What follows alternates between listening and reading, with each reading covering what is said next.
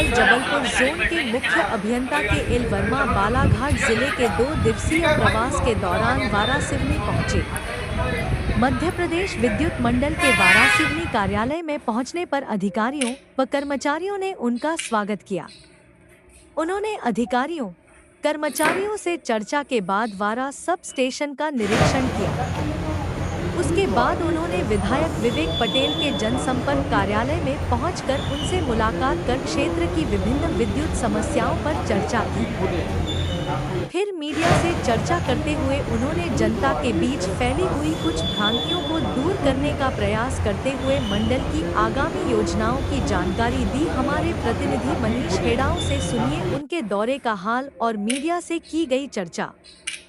स्वागत है आपके साथ, मैं हूं मनीष हेड़ाओ। आज जबलपुर संभाग के चीफ इंजीनियर के वर्मा का वारासिवनी नगर आगमन हुआ। पिछले कई दिनों से लगातार वारासिवनी विधानसभा एवं खैरलांजी विधानसभा क्षेत्र में कटौती को लेकर, विद्युत कटौती को लेकर समस्याएं बन रही थी, जिसके बाद आज चीफ इंजीनियर का आगमन वारासिवनी हुआ, जहां उन्होंने स्थानीय कांग्रेस कार्यालय में विधायक विवेक पटेल से मुलाकात की और जनचर्चा में उन्होंने मीडिया से चर्चा करते हुए तमाम बातें कही हैं, जिसमें 123 नए ट्रांसफार्मर वारासिवनी विधानसभा क्षेत्र में लगने की बात कही है। वहीं लगातार कटौती को लेकर जो समस्याएं बन रही है उसके निराकरण के लिए विद्युत विभाग लगातार प्रयास रहता है और आने वाले समय में रबी की फसल के पहले इस समस्या का भी समाधान पूरी तरीके से करने की बात चीफ इंजीनियर ने आज मीडिया से कही। इसके साथ ही अन्य विषयों पर भी चर्चा हुई, जिस पर विधायक विवेक पटेल से भी मीडिया ने बात की, तो उनका भी कहना है कि चीफ इंजीनियर ने उन्हें आश्वस्त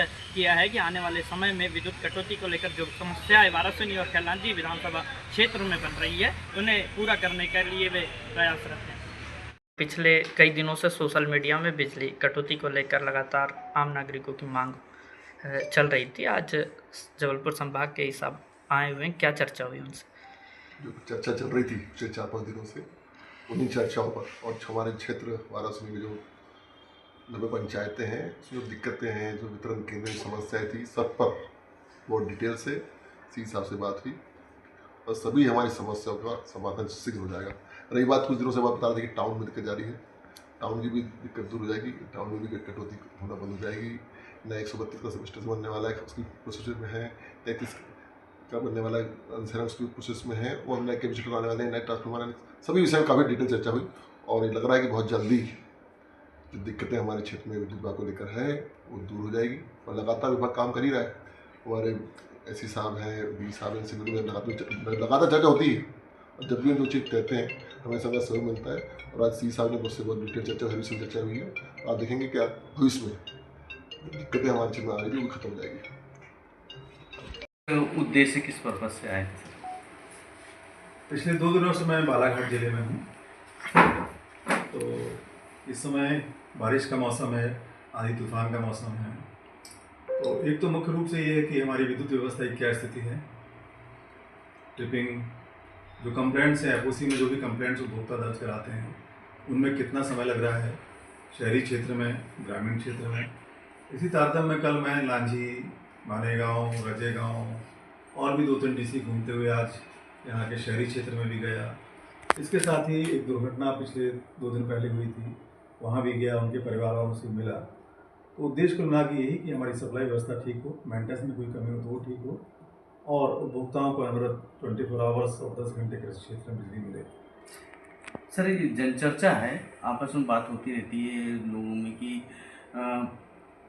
विद्युत विभाग जो है अपने कर्मचारियों का पूर्ण दोहन तो करता है, लेकिन उनके पास में वो संसाधन उपयोग नहीं रह सकते जो ऐसे मौसम पर बहुत अति आवश्यक होते हैं। जैसे खासकर उनको पोल में चढ़ने के लिए जो मजबूरी है उनकी, जबकि अन्य शहरों में या हमारे नगर पालिका क्षेत्र में भी वो एक मोबाइल जो रहता है उसमें कमरे में, तो उसकी व्यवस्था नहीं हो पा रही है। उनके पास ग्लोव्स नहीं होते, पर्याप्त जो सुरक्षात्मक जो संसाधन होते हैं वो उसकी कमी देखी जा रही है।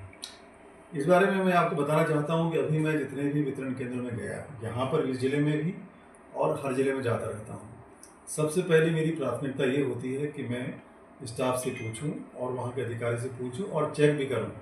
तो मुझे एक भी जगह ऐसी जगह नहीं मिली है जहाँ लोगों के पास हैंड ग्लोव्स ना हो, डिस्चार्ज रॉड ना हो या प्लायर पेंचकस ना हो। सफिशिएंट मात्रा में लोगों के पास है और ऑफिस में भी उपलब्ध है। कल भी लोगों के पास हमने देखा, उनको कैसे वो यूज़ करते हैं वो भी देखा। जहाँ तक खंभे पर चढ़ने वाली बात है तो निश्चित रूप से शहरी क्षेत्र में ये सभी जगह उपलब्ध है। ग्रामीण अंचलों में सीढ़ी है, लोहे की एल्यूमिनियम की सीढ़ी है, लकड़ी की सीढ़ी है, बाकी झूले वगैरह सब ये हैं ही हैं। तो वो सब जगह उपलब्ध कराना थोड़ा सा मुश्किल होता है। सर, पिछले कई दिनों से लगातार अघोषित कटौती हो रही है नगर में। सर, क्या कारण है कि बिजली विभाग जब पूरे गर्मी मेंटेनेंस के कार्य करने के बाद भी बरसात में यही कारण बनता जाता है, क्योंकि बिजली के बिना कोई कार्य असंभव भी नहीं है। ऐसे में बिजली विभाग की जवाबदारी तो बनती है सर इसमें। किसी भी प्रकार की कोई अघोषित कटौती नहीं है, पहली बात तो ये समझ लें, ना गवर्नमेंट की तरफ से ना किसी भी लोकल स्तर पर। अब रही बात जो आपको लगता है कि अघोषित कटौती, तो आप देखते होंगे कि प्री मानसून और पोस्ट मानसून इसके समय हमारा मेंटेनेंस होता है सभी सब स्टेशनों का, 33 kV लाइन का, 11 kV लाइन का। तो अभी बारिश के पहले मतलब अप्रैल से शुरू हो जाता है, तो आप देखें कि कितना बृहद जाल बिछा हुआ है सब स्टेशनों का, लाइनों का। इन सब का हमें बहुत सारी बेलें चढ़ी होती हैं, पेड़ टकरा रहे होते हैं, जो बरसात में हमको परेशान करते हैं। तो उस समय हम मेंटेनेंस करते हैं, और जब बरसात होती है तो फिर डालियाँ टच हो जाती हैं, बेलें चढ़ जाती हैं और भी चीज़ें होती हैं, तो उसके बाद भी हमको मेंटेनेंस करना पड़ता है। तो उस मेंटेनेंस के तहत कई बार ऐसा लगता है कि अघोषित हो जाती है। इसके साथ ही कई बार हमें ट्रांसफॉर्मर लगाना है, बड़े ट्रांसफॉर्मर, छोटे ट्रांसफॉर्मर, कई डिपॉजिट के काम होते हैं। कई बार हवा आंधी तूफान में पोल टूट जाते हैं, पेड़ गिर जाते हैं। बस यही कारण होता है कि हमें बंद करना पड़ता है या बिजली बंद हो जाती है। बाकी किसी प्रकार की घोषित कटौती किसी भी स्तर पर नहीं। सबसे पहली बात ये है कि जो भी सबसे ज़्यादा दुर्घटनाओं का कारण बनती है आपके झूलते हुए तार, जहाँ पर भी देखिए, जबकि जो तार है वो लगभग 50 से 60 साल पुराने हैं, उनको ज़्यादा खींचा नहीं जा सकता। इस बात को लेकर अनेकों बार मतलब आपके विभाग को भी बोला गया है कि जो तार हैं उनको बदली करने से सर बहुत सी समस्याओं का निपटारा हो। बिल्कुल। तो इस बारे में आपको अवगत कराना चाहता हूँ कि हमारी जो RDSS योजना है उसके अंतर्गत बहुत सारे आपने देखा होगा सब स्टेशन बन रहे हैं, 33 kV लाइन, 11 kV लाइन। उसी योजना में जो पुरानी केबल हैं, तार हैं, जो ट्रांसफार्मर हैं, उन सब का भी उसमें प्रोविज़न है। वो अभी गवर्नमेंट स्तर पर सैंक्शन के लिए गई हुई है। मैं समझता हूँ कुछ इस समय में वो सैंक्शन हो जाएगी। तो जितने भी पुराने तार हैं, केबल हैं, और जो ट्रांसफार्मर जिनका समय पूरा हो चुका है, बहुत जो भी उनकी उम्र होती है, या फिर जहाँ पर वोल्टेज की समस्या आती है, वो सब समस्याएं उन चीज़ों से खत्म हो जाएंगी। सर, स्मार्ट मीटर को भी लेकर बहुत सी चर्चाएं हैं आपके विभाग के द्वारा, जबकि वो स्वैच्छिक है, लगाना चाहें न लगाना चाहें, क्योंकि विभाग के द्वारा ज़बरदस्ती बदले जा रहे हैं, ऐसी बहुत सी शिकायतें हमारे पास हमें आती हैं। वास्तविक में क्या प्रोविज़न है? स्वैच्छिक तो ये नहीं है सर कि स्वैच्छिक हो, और जहाँ तक ये भ्रांतियाँ हैं, ठीक है, मैं भी एक कंज्यूमर हूँ, तो मेरे घर भी स्मार्ट मीटर लगा है। तो ये भ्रांति है कि स्मार्ट मीटर में ये गड़बड़ी वो गड़बड़ी, हमने हर प्रकार से टेस्ट कर लिया है।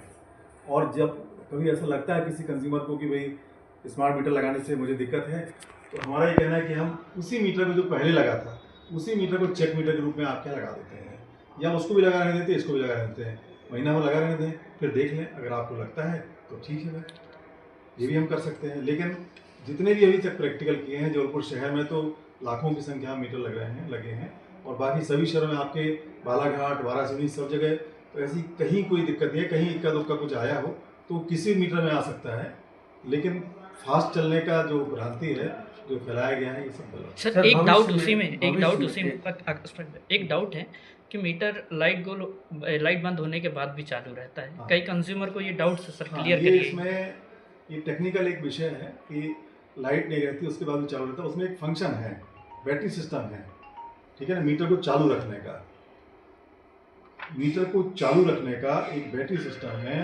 वो टेक्निकली मेरे को उतना ज़्यादा जानकारी नहीं है, बट मैंने अभी प्रैक्टिकल हमारे अधिकारी जोड़ पर ये प्रश्न आया था, तो प्रैक्टिकल करके वहाँ पर आप ही लोगों को दिखाया था, सभी पत्रकार बंधुओं को बुलाया था, कंज्यूमर को बुलाया था कि देखिए ये सिस्टम है, और ये चालू रहने से कोई रीडिंग नहीं पड़ती है, कुछ नहीं रहता, सिर्फ वो मीटर चालू रहता है बस लाइटिंग के लिए, या उसका जो फंक्शन है उसमें कंजम्पशन कुछ नहीं। अच्छा, अभी ये चर्चा चल रही सर कि पोस्ट प्रीपेड होने वाले मीटर, तो ये कब तक की संभावना है? अभी देखिए गवर्नमेंट की योजना में शामिल है सर, गवर्नमेंट की योजना में शामिल है। कब तक आता है? सबसे पहले बड़े शहरों में होगा, फिर उसका छोटे शहरों में होगा। तो अभी ये योजना में अभी